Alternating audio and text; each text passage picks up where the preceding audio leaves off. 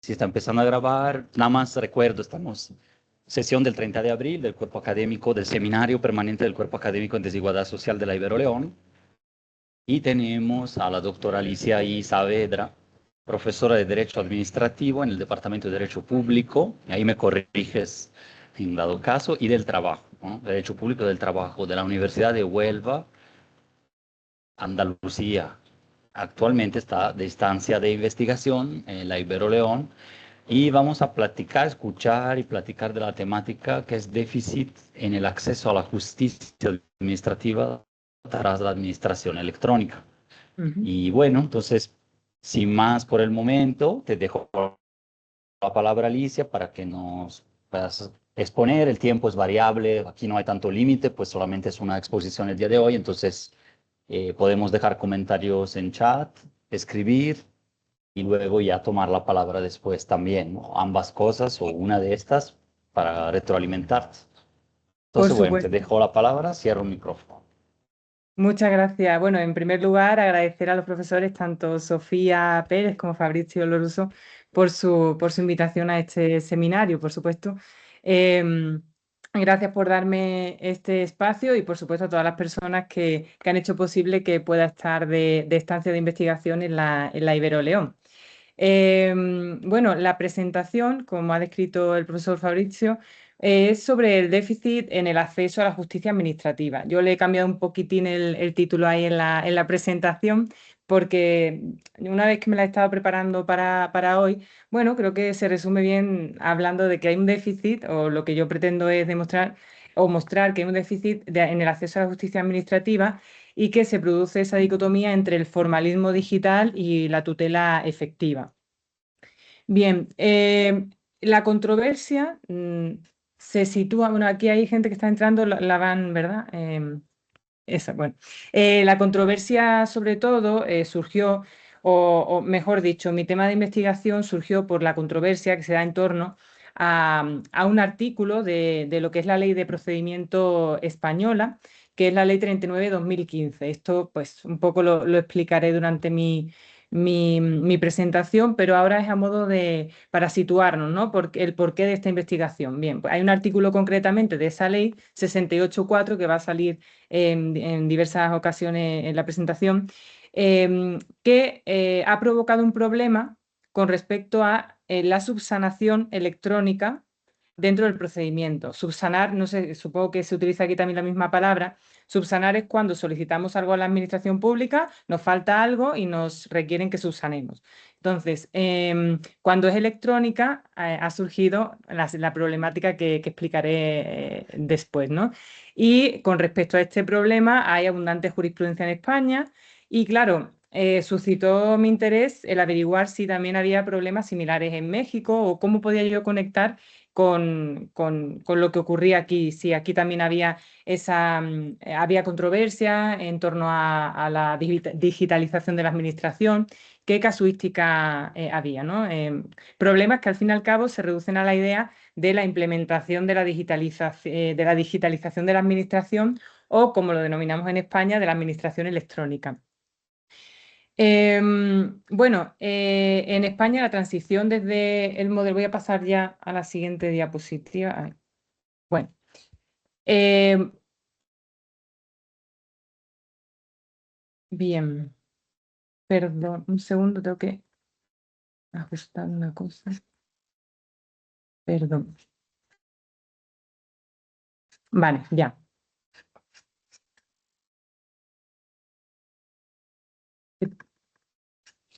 Bien, tenía aquí un problema que sé que no veía yo la pantalla que estaba mostrando. Bien, entonces, como digo, se centrará en una cuestión aparentemente técnica, que es la llamada subsanación electrónica, que se regula en ese artículo 68.4 de la Ley Española de Procedimiento Administrativo. Pero en realidad, detrás de esta institución se esconde una cuestión mucho más profunda, en la que está en pantalla, ¿no? Se reduce la pregunta de si puede la forma electrónica convertirse en un requisito tan rígido que llegue a vaciar de contenido el derecho de defensa, ¿no? Ahí lo he puesto, lo he formulado de otra manera, que si puede una obligación tecnológica provocar la pérdida de derechos, por así decirlo, ¿no? Tiene que ver con el acceso efectivo a recursos, entendiendo por recursos el medio legal de defensa que permite a los particulares impugnar decisiones en la administración pública o impugnar resoluciones de jueces. La estructura que voy a seguir sería, pues, primero plantear el problema jurídico un poco más en profundidad, el contexto normativo de la digitalización en España, la tensión normativa que se produce, traeré un caso concreto, que es un caso jurisprudencial, qué solución le da al el Tribunal Supremo, qué crítica hace la doctrina a esa solución del Tribunal Supremo, una pequeña comparación con México y una reflexión final. En cuanto a la metodología de esta investigación, pues tiene un enfoque jurídico-doctrinal e incipientemente comparado. Digo incipientemente porque todavía en el plano de la comparación me queda bastante que seguir indagando, ¿no?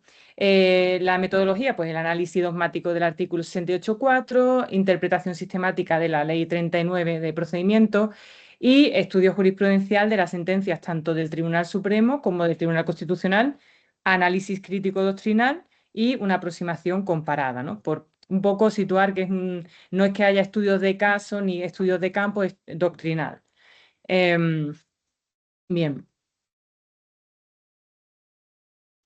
El problema jurídico que analizamos surge de una situación relativamente sencilla, ¿no? Imaginemos que una empresa o cualquier sujeto que esté jurídicamente obligado a comunicarse electrónicamente con la administración presenta un recurso en papel, ¿no? Y esto que ya para empezar vemos una premisa que es que en el derecho español hay sujetos obligados a comunicarse exclusivamente de manera electrónica. Ya veremos cuáles son, pero para plantear de una manera básica presenta un recurso en papel, no lo hace por la vía electrónica, lo presenta presencialmente, la administración lo recibe, lo registra, pero posteriormente comunica que debe volver a presentarlo electrónicamente. O sea, ya lo había presentado en papel, pero le dice que sí tiene que modificarse. La pregunta es, ¿qué valor jurídico tiene el primer intento de presentación si una persona está obligada a hacerlo electrónicamente? Esto puede parecer una cuestión menor, pero no lo es, porque cuando hablamos de recursos administrativos, el tiempo es determinante, porque si la presentación inicial se realizó el último día de plazo y la presentación electrónica se efectúa días después, la diferencia entre una fecha y otra puede decidir si el recurso es admitido o inadmitido. En otras palabras, la pregunta es, entre otras que están en la presentación, si debe prevalecer la fecha material, la física, en la que el ciudadano intenta ejercer su derecho, o la fecha formal en la que utilizó el canal correcto, que era el electrónico. Y aquí es donde aparece la relevancia de ese artículo 68.4. Bueno, esto es lo que acabo de decir, ¿no? ¿Por qué importa? Que no es un problema técnico. Vamos, también para entender el problema es necesario que nos detengamos un poquito primero en el contexto español, ¿no? España ha desarrollado uno de los modelos de administración que son de los más ambiciosos de Europa y al final pues también tiene contrapartidas que sea tan ambicioso ese programa, ¿no? El cambio fundamental, como ven en pantalla, se produjo con la aprobación de dos leyes se ocurrió en 2015, la Ley de Procedimiento y la de Régimen Jurídico del Sector Público. Ambas leyes redefinieron la estructura del procedimiento administrativo y el objetivo era que se sustituyera progresivamente el expediente tradicional en papel por un expediente completamente electrónico. Son leyes que sí que introdujeron una transformación profunda porque no se trataba simplemente de permitir comunicarse electrónicamente, sino que cambió por completo toda la lógica del procedimiento administrativo. La digitalización no era algo complementaria, sino que pasó a ser algo estructural. Desde entonces, los registros administrativos en España son electrónicos, los expedientes, las notificaciones, y determinados sujetos, como apunté antes, están obligados a relacionarse exclusivamente por medios digitales. Por lo tanto, vemos que lo que se interpreta de este sistema es que es un modelo administrativo, un modelo de administración orientado a la eficiencia. Sin embargo, pues toda modificación jurídica implica tensiones. ¿Por qué? Porque el derecho administrativo clásico fue construido sobre principios de accesibilidad, flexibilidad procedimental y protección de garantías. La pregunta es, ¿qué ocurre cuando esos principios deben convivir con reglas tecnológicas estrictas? Bien, pues los tribunales españoles han tenido que responder a esa pregunta en los últimos años porque la normativa no quedaba del todo claro y lo han ido haciendo progresivamente. Uno de esos ejemplos es una sentencia del Tribunal Supremo de 26 de octubre de 2023 que aborda el expediente administrativo electrónico y recuerda el Tribunal Supremo que la digitalización no es solo escanear documentos, sino que el expediente electrónico exige organización estructurada, indexación documental, identificabilidad, acceso ordenado, trazabilidad, es decir, que la administración electrónica no es una mera digitalización superficial, sino que supone una transformación integral de todo el procedimiento. Aquí pongo un interludio explicativo, por así decirlo, para que vean cómo funciona el sistema de notificación electrónica, ¿no? Antes de continuar con el análisis jurídico, puede resultar útil esto porque, bueno, es un mecanismo, ayuda a entender por qué puede haber problemas con la subsanación electrónica, ¿no? Que es la notificación administrativa para los administrativistas, lo tendrán claro, pero es una actuación mediante la cual la administración comunica formalmente una decisión que produce efectos jurídicos, ¿no? Por ejemplo, tenemos una sanción o una resolución administrativa, un requerimiento, una concesión o denegación de algo que hemos pedido, el inicio de un expediente. Y es la notificación, que es la comunicación que recibimos los destinatarios de esa resolución administrativa. Esa notificación es importante especialmente porque es cuando se considera practicada, perdón, desde que se considera practicada esa notificación empiezan a correr los plazos. Para recurrir, para responder, para formular alegaciones en un procedimiento o para cumplir una obligación. Entonces se pasa de un sistema en papel al entorno digital. La administración lo que tiene es, por decirlo de manera muy sencilla, un buzón electrónico donde deposita una notificación oficial, una resolución, pero la notificación no se produce en el momento en el que deposita esa información, sino en el momento en el que accede al contenido el destinatario o destinataria. Por lo tanto, no se comunican a través de un correo electrónico convencional, ni Gmail, ni Outlook, sino que hay un buzón digital que si luego cuando terminemos la presentación surgen dudas sobre esto, pues yo misma puedo entrar en mi propio puedo entrar como usuaria en la administración electrónica para que se vea cómo funciona. Bien, entonces de esta manera el sistema registra cuándo accede, cuándo abre el documento y cuándo se entiende practicada la notificación automáticamente, ¿no? Hay un acuse de recibo automático. Bien. Pero claro, una vez que accede, como digo, se identifica digitalmente y en ese momento se considera practicada la notificación.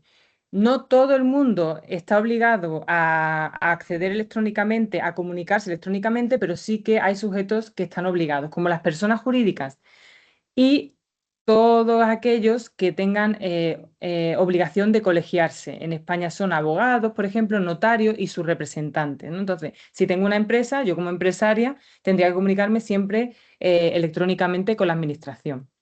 ¿Y cómo sabe el ciudadano, no? Porque pueden estarse preguntando, ¿cómo sé yo que tengo algo en un buzón al que no accedo? Porque el correo siempre lo tengo como referencia, ¿no? Cuando alguien quiere comunicarse conmigo, me envía un correo y me salta y sé que ahí hay algo que yo tengo que ver. Pero el buzón electrónico yo tengo que acceder, no se me dice tengo una notificación, a no ser que informemos a la administración de que nos envíe por el correo ese aviso, pero no es obligatorio, ¿no? Entonces, em, ¿qué ocurre si no entras en esa notificación?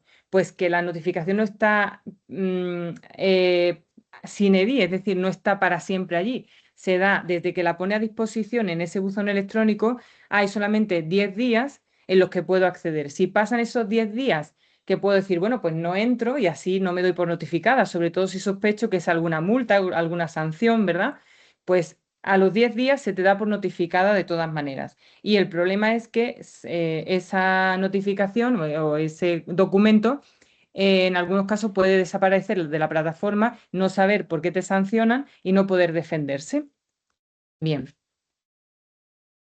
Bueno, como ejemplo sencillo, imaginemos que una empresa es sancionada, la administración no envía una carta, lo que hace es que deposita en el buzón electrónico, pasan varios días, si la empresa no accede, al 10.º día la notificación se considera legalmente practicada, aunque nadie haya leído ese contenido, ¿no? Por poner y por ilustrar un poco lo que comento.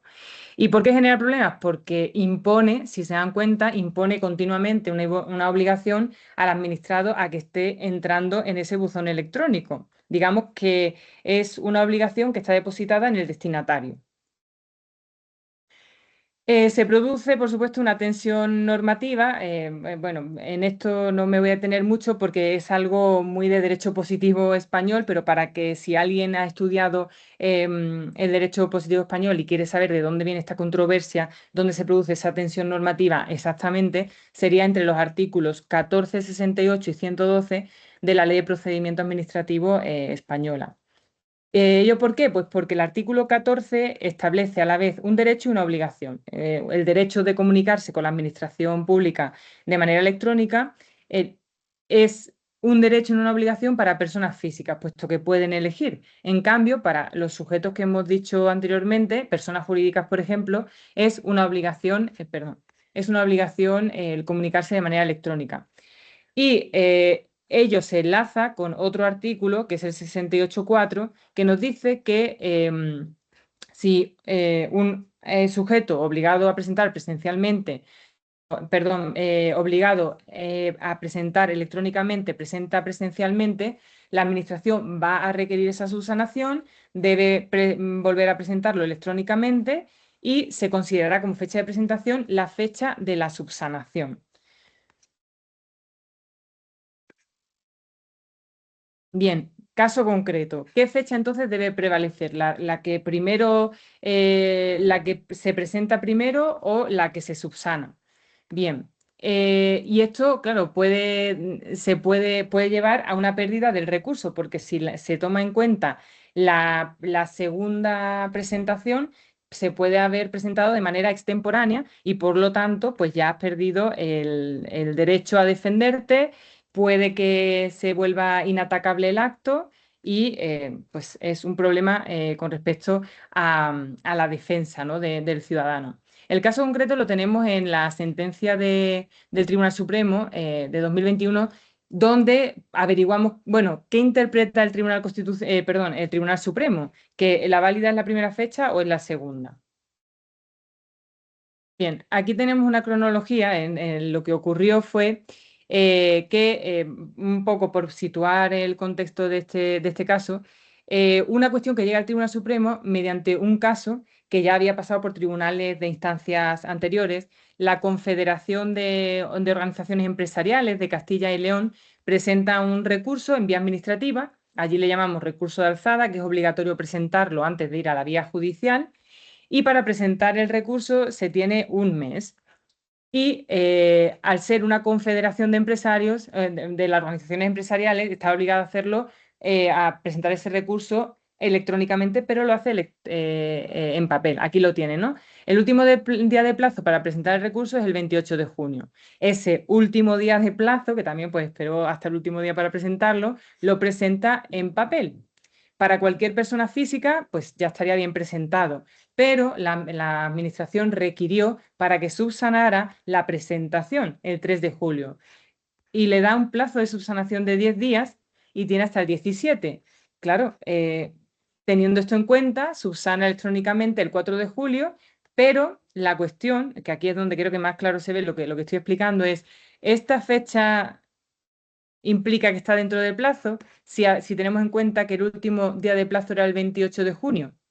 Bueno, así se ve mejor. 29 de mayo, 28 de junio, aquí lo presenta, porque este es el primer día que tenía de plazo, tenía hasta el 28, el 28 de julio lo presenta, el 3 de julio, que es después del último día que supuestamente tenía dentro de ese mes, le requieren para que subsane la administración, finalmente subsana el 17 de julio.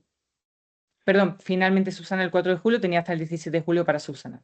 Claro, aquí la entidad era una persona jurídica, estaba obligada a utilizar medios electrónicos. La pregunta es, ¿el 4 de julio está fuera de plazo? No. ¿Tiene efecto retroactivo la subsanación y sigue dentro de plazo? Bueno, pues ¿qué dice el Tribunal Supremo? Concluye que la obligación electrónica es imperativa, que por lo tanto la presentación el último día presencialmente no cuenta porque la considera defectuosa y que la fecha válida es la de la subsanación, por tanto no se tiene en cuenta la fecha presencial. Y aquí tenemos un caso clarísimo de que se pierde el derecho a esa defensa por un problema formal, por un problema de la manera en la que se ha presentado, ¿no? ¿Cuál es la fundamentación del Tribunal Supremo? Entiende que la obligación electrónica tiene una naturaleza sustancial, que no es una mera formalidad, que no es una simple recomendación, que es una exigencia jurídica plena. Y por eso concluye pues, que constituye un defecto y que la sanción electrónica es la fecha válida.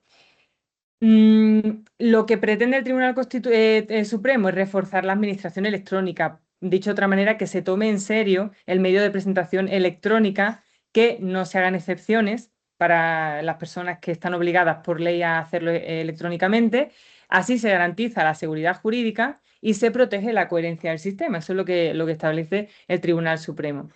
La consecuencia práctica es que una persona puede perder el recurso, no por el fondo, sino por el canal utilizado, ¿no? ¿Qué dice la crítica doctrinal? ¿Qué dice la doctrina, ¿no? Opinión crítica de la doctrina. Bueno, pues que bueno, la solución del Tribunal Supremo ofrece claridad, perdón, pero también plantea problemas muy importantes. Gran parte de la doctrina española cuestiona esa interpretación del Tribunal Supremo. El principal argumento crítico es que la presentación presencial no carece de efectos, porque ha ocurrido algo en la realidad. La administración ha recibido un documento, la administración conoce el contenido, lo registra, activa una actuación administrativa de subsanación, por lo tanto no es que no haya existido, y posteriormente requiere una subsanación. Por lo tanto, el acto de existir existe y no puede, según la doctrina, no puede considerarse jurídicamente inexistente. Y aquí surge la pregunta central de si es proporcional ignorar completamente la fecha inicial. Bueno, como ya ven lo que voy explicando, la doctrina ha señalado que esa interpretación transforma una exigencia tecnológica en una barrera de acceso. Además, se argumenta que el artículo 68, bueno, que es el de la subsanación en España, históricamente no fue concebido como para que supusiese una barrera, sino todo lo contrario. La subsanación es en realidad una garantía para que la persona no pierda su oportunidad procesal o procedimental, no como una herramienta de exclusión. También el Consejo de Estado español ha insistido en muchas ocasiones en que la administración electrónica debe entenderse como un instrumento de servicio, no como un fin autónomo. Y pues que hay que comprender que también existen dificultades prácticas. Una profesora española que escribió sobre esto, Sánchez Lamelas, indica que muchos problemas no nacen de la norma, sino de la realidad tecnológica. Hay portales complejos, dificultades de interoperabilidad, errores técnicos, problemas de identificación digital, caídas de sistemas y claro, hay, digamos que el sentir es un poco ir hacia la flexibilidad del sistema, ¿no? Entonces, imponer la pérdida de un derecho desde esta perspectiva por un error de canal puede resultar desproporcionado. Así lo siente gran parte de la doctrina española. De hecho, el Tribunal Constitucional, hasta ahora hemos hablado del Tribunal Supremo, pues el Tribunal Constitucional español, de hecho, en una sentencia particularmente relevante, como ven en pantalla, concede el amparo a una persona jurídica que no accedió a una notificación electrónica de la agencia tributaria. Por lo tanto, el Tribunal Constitucional sí entiende que la Administración debía haber desplegado actuaciones adicionales para asegurar el conocimiento efectivo de la notificación. La idea que podemos decir que introduce esta sentencia es que la obligación electrónica no puede desvincularse completamente del derecho a la tutela efectiva. Bien, además de las dos normas que al principio indiqué, de 2015, un reglamento en 2021 viene a desarrollar esas dos normas en lo que parece que podría hacer que el debate terminara, ¿no? Pero no, digamos que encendió todavía más el debate. En el artículo 14 de este reglamento, bueno, el artículo es irrelevante, pero en uno de sus artículos aborda la subsanación electrónica y establece un plazo de 10 días para atender el requerimiento y, por no explicar demasiado las technicalidades, lo que viene es a hacer todavía más estricto el sistema que ya he explicado del 68.4, ¿no? Consolida esa interpretación estricta del Tribunal Supremo. De hecho, hay algunos, igual que antes lo contrapuse a la doctrina, este reglamento también fue criticado por la doctrina, de entre la cual traigo al profesor Manuel Rozado, que sostiene que este reglamento refuerza una lectura que es excesivamente formalista, no corrige el desequilibrio entre eficiencia administrativa y protección de derechos. El profesor que argumenta que si toda solicitud debe quedar registrada electrónicamente, porque así es como ocurre, aunque en España se presente presencialmente algún documento, todo se escanea y forma parte de un expediente electrónico. Por lo tanto, si queda registrado electrónicamente, si todos los documentos y datos deben digitalizarse, si además la remisión al órgano de procedimiento se realiza siempre en formato electrónico, ¿es realmente coherente exigir al ciudadano que vuelva de nuevo a presentar su solicitud por el portal electrónico? Pensemos que en estos casos la oficina de registro ya ha escaneado todo. Entonces, ¿qué ganamos en términos dice el profesor, ¿no? ¿Qué ganamos en términos de eficiencia perdón, de eficacia o de legalidad con esa repetición? Todo lo contrario, ¿no? Realmente, si le está obligando a hacer dos veces lo mismo, en definitiva, considera parte de la doctrina que se trata de una carga innecesaria para el interesado, que debería eliminarse o al menos reformular la normativa para que pues no sea tan estricta esta interpretación. Bueno, pasando un poco más a lo que llevo con respecto a México, ¿esto es importante para México? Bueno, yo considero que el interés de este problema aumenta cuando se observa desde una perspectiva comparada, ¿no? México también está atravesando, por lo que he podido leer y preguntar a distintas personas relevantes en este tema, que también está atravesando un proceso de digitalización administrativa y existen ya procedimientos electrónicos, firma electrónica avanzada también, plataformas digitales, expedientes electrónicos, mecanismos de gobierno digital. Em, lo que sí he visto son diferencias entre el modelo español y el mexicano. Aquí veo que bueno, la digitalización ha sido un poco más heterogénea, si no me equivoco, ¿no? No todas las administraciones, creo, que operan con la misma intensidad tecnológica, ¿no? Hay unos estados que tienen, digamos, más avanzado el nivel pues sí, de digitalización de la administración. Y bueno, hay un ejemplo concreto del contexto mexicano que me ha interesado especialmente y es el del Tribunal de Justicia Administrativa del Estado de Guanajuato, que ha desarrollado un sistema integral de justicia digital al que se accede a través de su plataforma electrónica, ¿no? He estado leyendo sobre el juicio en línea. También, bueno, el expediente es electrónico, notificaciones electrónicas, un poco sí que hay similitudes con lo que acabo de exponer, ¿no?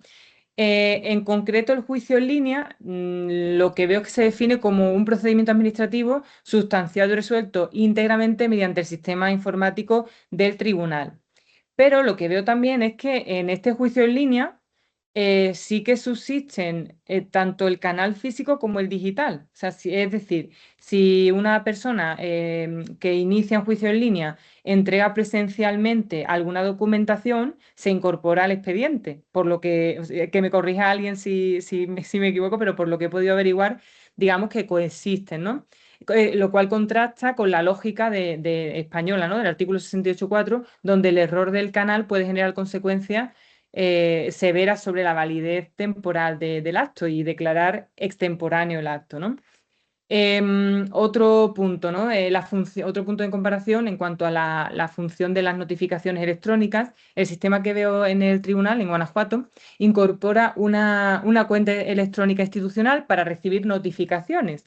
Sin embargo, lo que veo es que en la información disponible que he podido leer, Es una preocupación práctica porque se asegure la accesibilidad.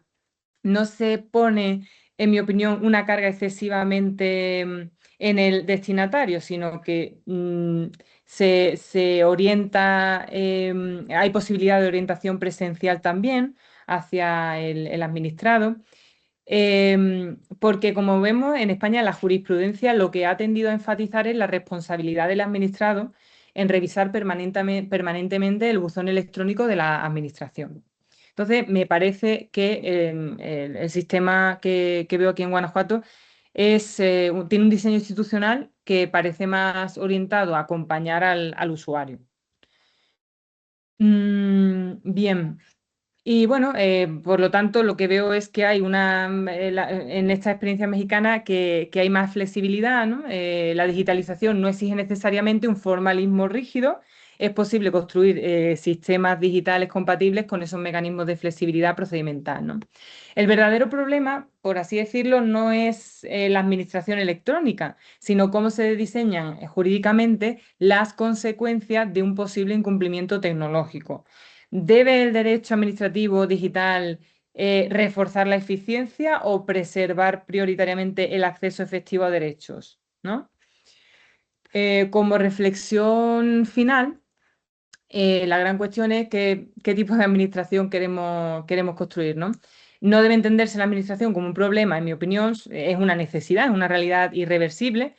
Y la cuestión no consiste en resistirse a la digitalización, sino en preguntarnos cómo evitar que la técnica se convierta en una barrera jurídica, ¿no?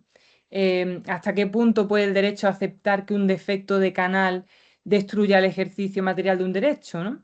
La digitalización exige reglas claras, pero también exige proporcionalidad. Y el procedimiento administrativo no debería perder su función garantista, ¿no?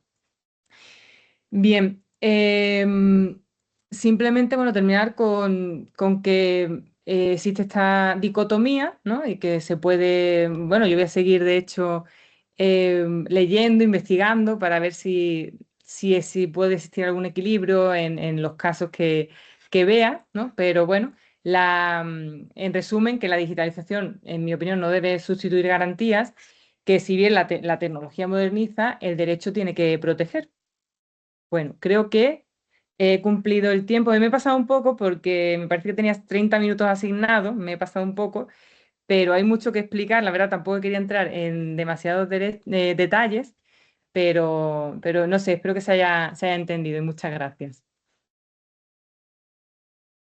Gracias a ti, Alicia, bueno, a todas, todos quienes estamos conectados. Estoy viendo si hubiese preguntas ya escritas en el chat y si no, abrimos, si quieres, puedes dejar de compartir Ujú. para vernos y, ok, aquí estamos para Creo que que ya he dejado abramos. de compartir, Sí, ¿verdad?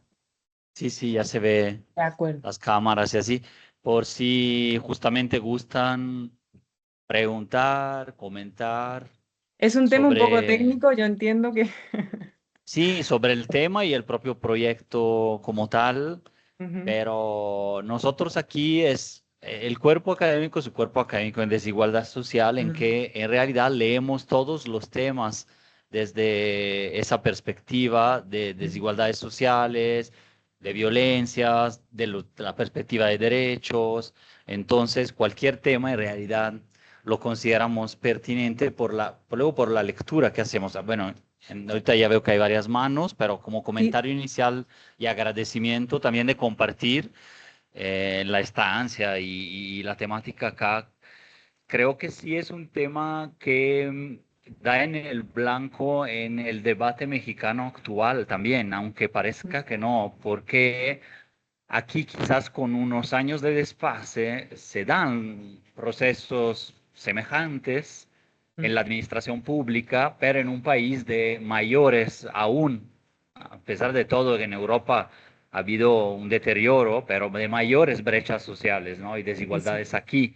Entonces yo lo primero que pensé, este tema yo lo enmarco acá en el tema de claro. la brecha digital como parte de las desigualdades estructurales del sistema muy evidentes incluso en estados más bollantes económicamente, hay más contrastes, como Nuevo León, Guanajuato, Jalisco, Ciudad de México, ¿no? En ese sentido, entre sectores de la población, ¿no? Entonces, bueno, ese viejo tema de la brecha digital que viene de los años 90, pero esa brecha no necesariamente ha dejado de crecer porque la innovación ha ido más rápido y también todos los factores aquí, como hemos visto en pandemia, también Mm.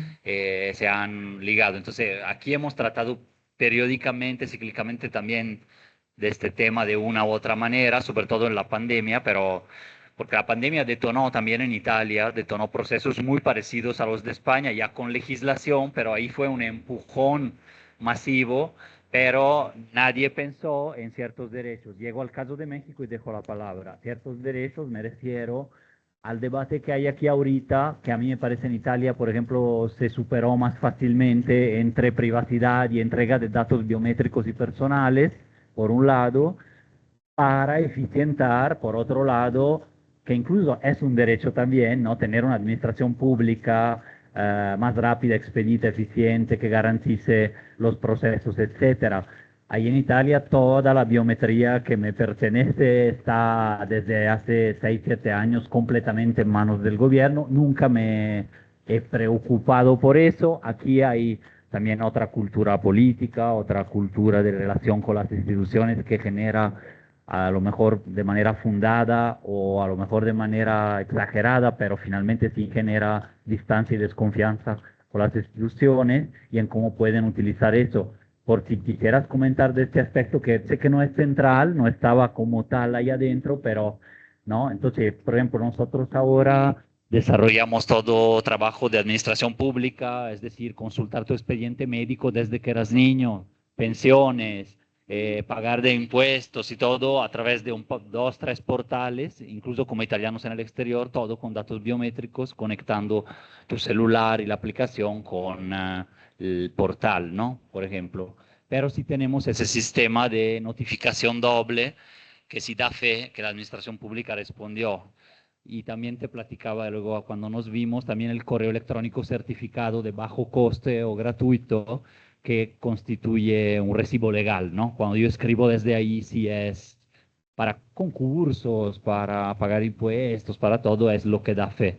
En fin, entonces encontraron mecanismos, pero no creo que fue por la vía judicial, es decir, porque alguien se quejó en algún momento o puso una controversia, sino por diseño de la política pública. Creo que México puede entonces aprender mucho desde el diseño de esa política pública ya que se está haciendo, no más que cometer el error, luego tener un amparo y tener todo un proceso y una cuestión constitucional, ¿no? Pero bueno, sería el mundo ideal, en fin. Desde mi desconocimiento relativo, pero muy práctico, es decir, empírico, es lo que ahorita se me ocurre. Sí, respondo, Ojo. ¿verdad, Fabricio, ya? ¿Quieres, como me Ajá, sí, explayé por un poco, comentar un quieres poquito. contestar y luego ya vamos directo con las preguntas de José Cristian, Gaby? Pero primero Genial. si quieres de esto y luego seguimos. Ajá. Sí, sí, bueno, es cierto que, claro, eso que planteas tú, Fabricio, sí que está en un plano más general o más de otro gran tema que ocurre dentro del derecho público, está claro, el tema de la privacidad de datos biométricos, sobre todo, más ligado a lo que yo diría a la investigación con respecto a la inteligencia artificial, que es lo que también ha hecho que eso prolifere más, es decir, el tema de la precisión en los datos biométricos, que eso ha sido el detonante, el desarrollo también de la inteligencia artificial. Entonces, claro que sí que a mí me gustaría separar el tema de la administración electrónica con respecto a las consecuencias de la introducción de la inteligencia artificial en la administración pública, que da pie a toda esa problemática que de hecho da para libros completos de investigación, estoy de acuerdísimo. Claro que sí. Pero y bueno, y el otro tema, aparte del tema de los datos biométricos, claro, la brecha digital. Esto también es otro tema que sobre todo se conecta más con el tema de la desigualdad social, porque claro, yo he entrado a hablar de un tema de la administración electrónica dando por hecho que todo el mundo tiene acceso a, a este medio electrónico y no es el caso. sobre todo en México, me imagino que, bueno, imagino, así es, ya lo sabemos, ¿no? Que esa brecha digital hace que no todo el mundo tenga acceso a poder comunicarse electrónicamente en todo momento, ¿verdad? Entonces, claro, eso ya también es otro tema, el de la desigualdad que produce la brecha digital. Claro, la investigación que yo, digamos, estoy llevando a cabo, no entra tanto en los temas más generales que se podrían mencionar, claro que sí. Yo he ido a algo más concreto, porque sabemos que las investigaciones, como empecemos a abrir el ámbito de investigación, ya no sabes dónde terminar. Entonces, lo he querido acotar al problema del déficit en el acceso de la justicia administrativa concretamente. ¿Qué pasa en un procedimiento administrativo cuando hay estos temas de la... perdón, cuando tenemos leyes que son muy estrictas con respecto a que la comunicación tiene que ser obligatoriamente electrónica? Y lo que yo he estado mirando es aquí, independientemente de que la brecha digital y de los datos, del tema del problema de la privacidad de datos biométricos, es que ocurre, digamos, con lupa, ¿no? En un procedimiento administrativo o en un proceso judicial. Pero por supuesto que son temas muy importantes. Claro que sí, también. Bueno, y gracias, Fabricio, Adelante. por el comentario. Sí, adelante. No sé si José Cristian, sí. Gracias, doctor Fabricio. Mucho gusto, Alicia. Mucho gusto. Y gracias también a Sofía que me pasó el dato de la charla. La verdad, a mí me funciona bastante, tanto desde el punto de vista académico, pero también en el trabajo, ¿no? Porque justamente, pues yo también en lo laboral me dedico a esta parte procesal administrativa. Y Ujú. más bien acá el debate que tenemos es a veces que los medios digitales no se les da el debido seguimiento, ¿no? Mm. Y derivado de esto, permítame nada más conectar el laptop porque justo en este momento se me ocurrió avisarme que se va a descargar. Ah, muy bien, muy bien. Listo, ya. Me viene a la mente más bien si en esta historia que nos contaste de Ujú. lo procesal del caso, de ejemplo, no se recurrió ya a la resolución del tribunal, porque me llama la atención que si en un control de convencionalidad de una entidad, bueno, sí, de una segunda instancia, pudiera valorarse precisamente este peso que tú das como conclusión, ¿no? ¿Qué debe de pesar más? Porque en efecto, pues el debido proceso, si está establecido que es por medios digitales, entiendo que el espíritu en estricto sentido de la resolución del tribunal, pero me parece que en control de convencionalidad el derecho que debe de prevalecer es el derecho de petición, ¿no? Y en efecto en un enfoque garantista, no tanto así sobre el debido proceso.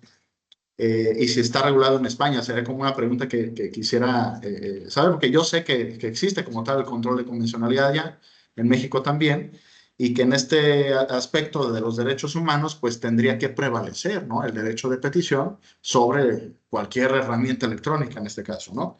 Y para el caso mexicano, pues también me hizo reflexionar mucho, como lo comenta Fabricio, porque sí, justamente hace 2 días me llegó un video de la presidenta de la República de las muchas manifestaciones que se tienen, que decía que ella tenía una convicción casi casi personal para desaparecer los oficios en México, para que todo fuera de la medida de las posibilidades transitando hacia la digitalización. Y sí, y precisamente me hizo mucho reflexionar porque como comenta Fabricio, pues tenemos una brecha digital todavía mayor acá que lo que en España puede haber, ¿no? Entonces, pues sí es un reto y lo que tenemos entonces en materia de transparencia y en otras materias administrativas es que sean mixtas, ¿no? O que el procedimiento logre que sí sea en papel, pero también electrónico, o incluso los dos, y se le asigna el mismo folio en consulta, o con 2 folios, y tienen que darse el trámite por igual, ¿no? Entonces, pues sería mi comentario este último, pero también la pregunta de si existiría esta posibilidad más allá de que se haya agotado o no un control de convencionalidad que extrapole o que tenga el debido peso más el derecho de petición sobre el debido proceso. Gracias. Muy bien, muchas gracias, José Cristian, ¿verdad? Sí, verá, es que el caso llegó al Tribunal Supremo porque tenía interés casacional objetivo, ¿no? Por su generalidad y por la necesidad de unificar doctrina. Lo que hizo la Sala del Tribunal Supremo, que ya era la última instancia, lo que hizo es unificar todo. Y eso es poder judicial. El Tribunal Supremo es poder judicial. Lo que hizo es unificar la interpretación de la ley, porque había mucha dispersión en ese tema. Y por otro lado, la otra sentencia fue del Tribunal Constitucional. Y el Tribunal Constitucional, a lo que se dedica allí, que no es parte del Poder Judicial, es un órgano independiente, es, digamos, a mirar más por esa parte de si se ha producido indefensión y todo esto, ¿no? Entonces, digamos que ya llegó, ya no se puede recurrir más. La del Tribunal Supremo ya no se puede recurrir más. Lo único que se puede hacer es lo que hizo el otro caso, ¿no? La persona que por no presentar electrónicamente, estando obligado a ello, argumentó que había una indefensión, pues irse al Constitucional con base en algún derecho fundamental constitucional. Eso es lo único que le queda. Pero ya, a no ser que haya otra sentencia del Tribunal Supremo por otro motivo similar que llegue hasta la última instancia, el Tribunal Supremo, otro caso parecido, porque vean que esto está dando algún problemas o precisamente problemas en el sentido de que demasiadas recursos de amparo van al Tribunal Constitucional y entonces sí que hay un problema con esa interpretación del Tribunal Supremo y otra vez tenga interés casacional objetivo, no va a volver a haber otra sentencia. Esta es de 2021. Entonces, justo ahora yo no he encontrado que haya otra que desdiga lo que esta sentencia en su momento estableció. Así que es última instancia. Sí. ¿Y qué más? No sé si había otra pregunta. Era eso, ¿verdad, José Cristian? Sí, era la única Sí. pregunta. Lo Pues otro sí, era porque momentáneamente. además Gracias. allí allí también ocurre eso, que el Tribunal Supremo es el último tribunal, el superior del Poder Judicial, y que el Tribunal Constitucional no es Poder Judicial, que es aparte, que es un órgano independiente y que solamente entra a ver cuestiones que tengan que ver con vulneraciones de derechos fundamentales, cumpliendo una serie de requisitos también. Así que bueno, para que se vea un poco cómo funciona ahí el sistema también.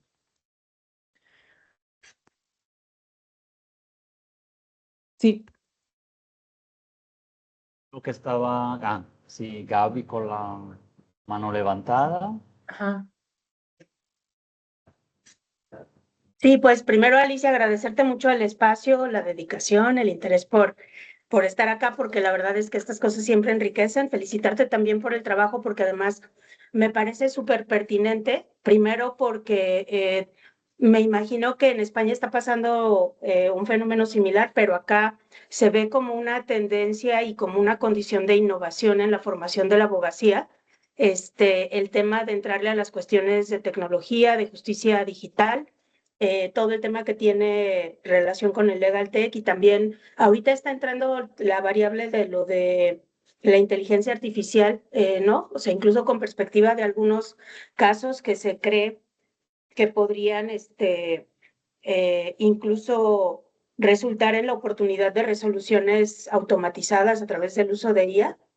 Y creo que es como súper pertinente poner sobre la mesa justo como estos principios que implican derechos fundamentales sobre la protección judicial, el acceso a la justicia, de los que, pues tanto en el Tribunal Europeo como acá en la Corte Interamericana de Derechos Humanos, tenemos un montón de criterios desarrollados sobre los estándares mínimos. Y la verdad es que como en términos de la desigualdad, y creo que por eso es pertinente también la presentación, el tema acá, aunque sea muy técnico desde lo jurídico, creo que la pertinencia va no solo desde la realidad social del acceso efectivo de las personas a las herramientas tecnológicas y a las plataformas, también va incluso como de la posibilidad efectiva del acercamiento a lo técnico legal, ¿no? Que eso, también de pronto que las personas solamente sepan que existen ciertos procedimientos de manera electrónica, también el lenguaje, cómo conocer de las notificaciones.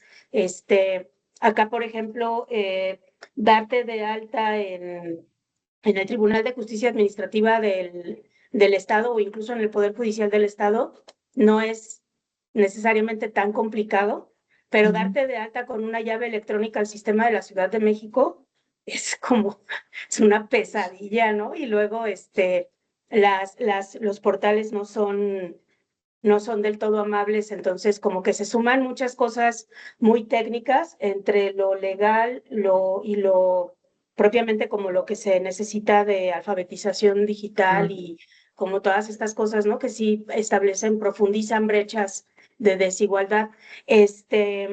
Y el tema que yo creo que es como súper pertinente, que es como colocar en este imaginario todavía, porque yo creo que no hay como precedentes firmes sobre cómo podrían responder los procedimientos de control constitucional, en este caso el amparo, por ejemplo, o en España la figura, ¿cuál es la casación? Pues sí, podría ser un recurso de amparo. Lo que ocurre es que necesita unos requisitos previos, que tenga un interés más allá del propio individuo. Sí, podríamos decir que quizá el recurso de amparo con ciertos requisitos y el Tribunal Supremo, si tiene interés para casacionar, sí, sí. Sí, entonces, ¿cuál es el problema en el que el Estado se va a meter cuando los amparos empiecen a proceder? Porque yo sí veo muchos elementos de argumentación efectiva para que los amparos contra estos procedimientos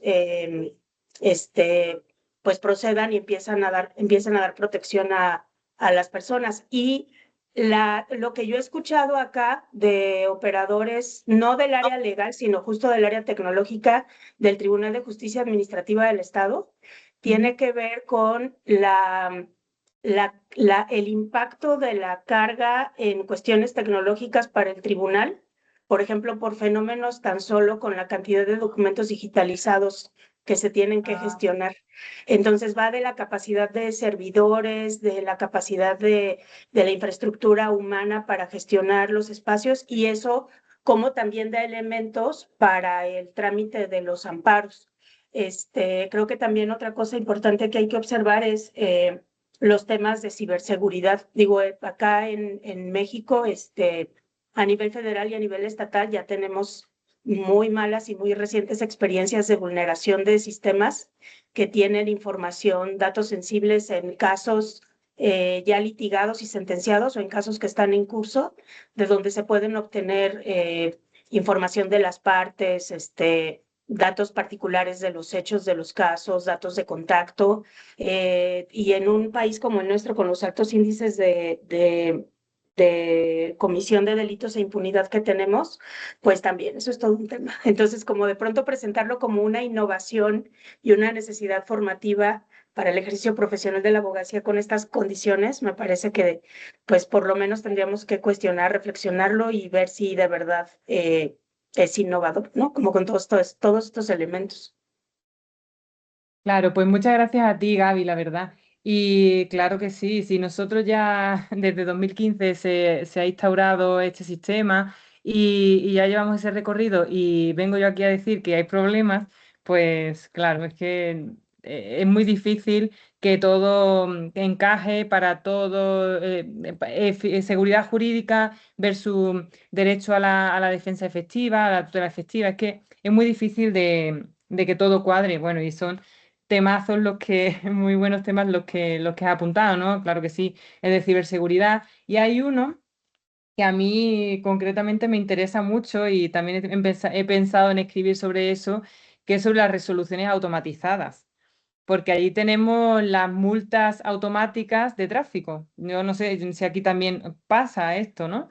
También, ¿verdad? Que de repente pasas a mucha velocidad y la multa te llega a casa automáticamente. Es una resolución automatizada y claro que de eso también me interesa mucho, mucho escribir.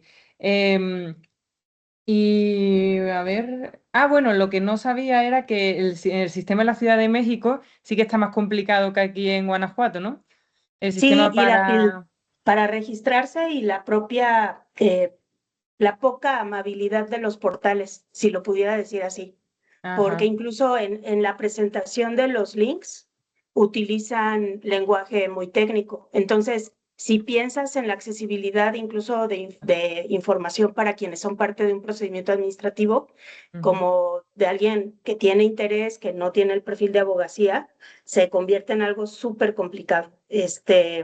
Entonces creo que ahí hay un tema. Y acá a mí algo que me llama mucho la atención es que aquí, por ejemplo, en León, cuando pusieron el sistema de las fotomultas, se puso cuando ya venía en una crítica muy seria por su poca eficiencia en la Ciudad de México. O sea, en la Ciudad de México el tema de las fotomultas está súper combatido y es más fácil que teniendo una fotomulta la pelees y te la anulen a que la paguen. Y aún teniendo ese precedente, aquí decidieron ponerlas. Y se ha convertido en una fuente de ingresos interesante para abogadas jóvenes, ofrecer el servicio de manera digital, yo te anulo la multa. O sea, yo consigo que no, porque en realidad como no hay una persona haciendo la interpretación del tema de la velocidad, como es una máquina y puedes argumentar errores de calibración y errores en la lectura de las placas y cosas así, la verdad es que argumentativamente no es nada difícil. Y lo que está empezando a surgir como un previo a sentencias como más complejas automatizadas es el uso de autoridades judiciales de inteligencia artificial para la elaboración de las sentencias, que ahí se ha presentado en dos sentidos. Uno son estos primeros casos en donde proyectistas de sentencias utilizan la IA y no verifican la información. Y entonces cuando pasan las sentencias se dan cuenta que hay alucinaciones, datos falsos, inventados o no coherentes, porque además va dirigiendo la IA, ya sabemos que va dirigiendo hacia ciertos posicionamientos hasta de orden social y político, ¿no? Económicos. Y hay otras buenas experiencias en donde el uso responsable de la herramienta sí ha posibilitado creativamente pensar como, por ejemplo, en escenarios de reparaciones, estrategias que establezcan garantías de no repetición, pero esos son como, al menos eso como en temas de innovación, lo empiezan a plantear como pasos previos para la creación para ciertas situaciones de sentencias automatizadas. Entonces eso suena bien, pero no tan bien de repente, sobre todo en términos de derechos. La herramienta es según se utilice, ¿verdad? Y para qué el uso que se le dé. Es el debate de la inteligencia artificial desde que se creó, ¿no? Claro, en lo de las autoridades judiciales que utilizan ya sentencias con IA, de siempre también han utilizado una base de datos en las que si la sentencia era similar, también traían la mayor parte de esa sentencia al texto de la nueva y le cambiaban algunos datos. Digamos que antes de la inteligencia artificial también se hacían cosas similares, pero justo ahora creo que se relajan todavía más un instrumento que a lo mejor lo hace mejor o lo redacta mejor y ya se confían. Y ya, bueno, también hemos visto discursos de políticos que hasta si no se han leído antes el texto dicen, según ChatGPT, o no, como que ya lo han leído, que estaba escrito en el propio discurso.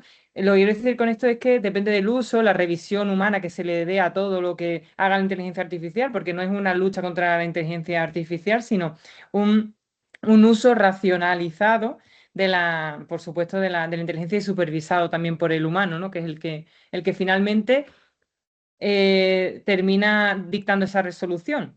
En el caso de las automatizadas, de las multas de la fotomulta, pues no, ahí por eso precisamente ante la duda se elimina la multa, ¿no? Al principio yo pensaba que lo que ibas a decir, Gaby, era que se había instaurado en León porque había ido muy bien en la Ciudad de México y tenía una finalidad más recaudatoria que de seguridad vial, pero pues si siempre que se recurre y siempre la gana el ciudadano, pues no tiene esa finalidad recaudatoria. Al final están beneficiando a los abogados, ¿verdad? Que defienden. Bueno, pues muchas gracias, Gaby.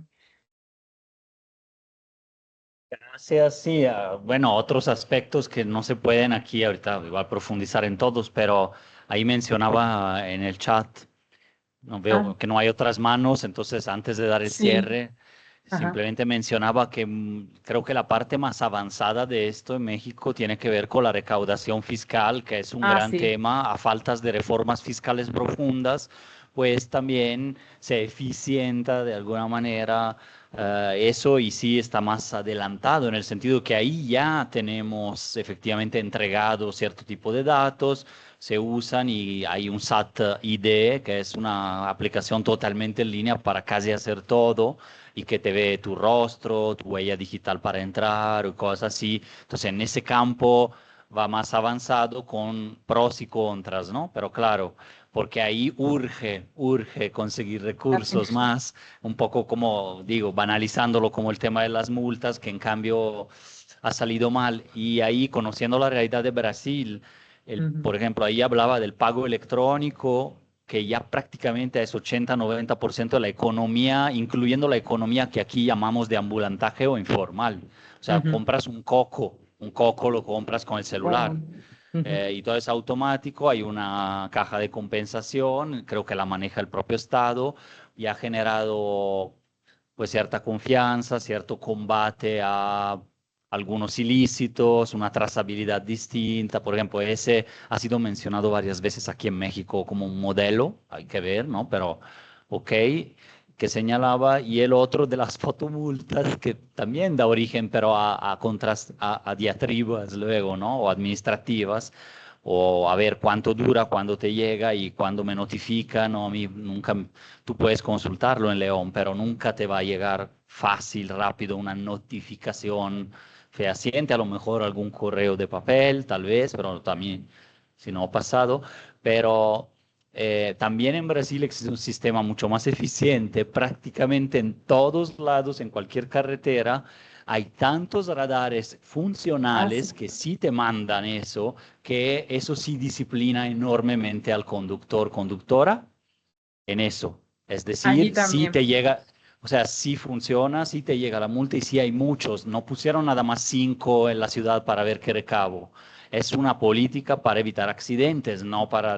Claro, también recaba dinero, pero no es carísima la multa, no es esa la cuestión. Es que es segura y hay muchas. Entonces, tú en un tramo, pues, una, dos, tres, puedes sumar 4 multas, la vas a poder pagar tal vez, el total, pero ya estás seguro que te sucede. Y entonces vas a la velocidad que dice ahí, lo cual aquí tampoco ha pasado, ¿no? Y, en fin, eran 2 ejemplos más, Sí, sí, ya sí. No, sí, agarrando el tema, pero sí, estoy de acuerdo, Fabricio. Allí también pasa que en las autovías, autopistas, hay muchos radares, hay multas y ahí sí que es difícil rebatirlas. Ahí la pagas directamente. De hecho, o sea, la pagas, además tiene un periodo voluntario de pago que te descuentan el 50%. Realmente no es tanto recaudatorio como si es una autovía en la que hay que ir a 120, si vas a 150 te salta la multa y es verdad que conozco casos cercanos que ya no pasan a 150 kilómetros por hora por ese tramo. Entonces sí que tiene una finalidad de que al final la conducta del destinatario de la multa sí se cambia, que es la finalidad de la regulación, ¿no? Mm. bueno, no sé si haya más intervenciones, sino para agradecerte al doctor Alicia Isabel Saavedra, que ha estado aquí de estancia, ¿no? Y nos ha presentado esta temática que sí ha dado bastante de qué platicar y dará. Entonces, no sé, si no hay más, agradecer a Sofía también Sí, por sí, su nada más justo participación. agradecer. Sí, no agradecer porque aunque parezca justo técnico, nos recuerda cuál es la finalidad del derecho, ¿no? Sí, Mm. ¿para qué está ahí el derecho? ¿Para una cuestión técnica, recaudación o para una mejor vida? Entonces, la importancia de estas investigaciones. Nos recuerdan para qué está el sistema jurídico y agradecerte pues tus participaciones también en las clases de Derecho Administrativo y ahora acá y por compartir y tu esfuerzo de querer conocer qué pasa por estos lugares. Pues sí, ¿no? Al contrario, el agradecimiento también de mi parte a todos vosotros por haber estado aquí en ese seminario. Y bueno, yo me lo he pasado también muy bien y académicamente estas discusiones siempre son estimulantes intelectualmente. Ya tengo yo aquí algunas anotaciones para seguir tirando del hilo, como se suele decir en la investigación. Y muy agradecida tanto a Sofía como a Fabrizio y a todos los compañeros también, de verdad. Bueno, muchísimas gracias y esperemos vernos pronto. También gracias a la doctora Sofía.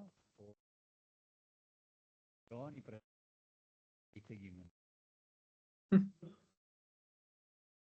Se cortó el área, pero es como la Sí, se cortó un despedida. poquito, pero muchas gracias. Gracias por todo. Gracias. Bonita tarde. Bonita tarde. Adiós. Adiós.